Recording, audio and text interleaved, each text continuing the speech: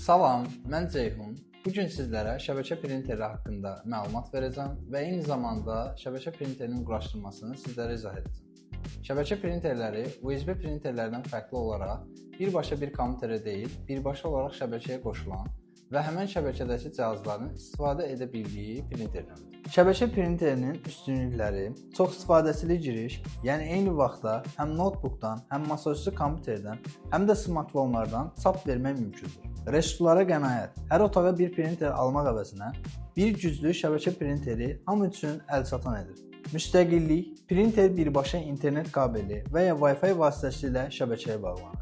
Şəbəkə kabelini şəbəkə printerimizə taxdıqdan sonra menyu ayarlarından şəbəkə tənzimləmələrinə gedib şəbəkə ayarlarını düzəltmək lazımdır. Burada menyu hissəsindən Preference, Network, Display IP Setting, IPv4 Setting və IP Address Setting. IP adresdə çalışmalıyıq ki, printerimiz avtomatik deyil, statik sabit bir IP alsın. Bunun üçün də manuel IP təyin edəcəyik. IP-mizi qeyd etdikdən sonra Apply, digər şəbəkə parametrlərini də qeyd edirik.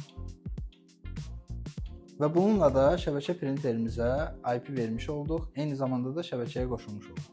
Artıq printerimizin ad hissəsini burada görmüş olduq. Eyni şəbəkədə olduğundan printerimiz rahat şəkildə kompüterimizə yüklənir. Test etmək üçün printerə daxil olduq və test səhifəsini çap edirik.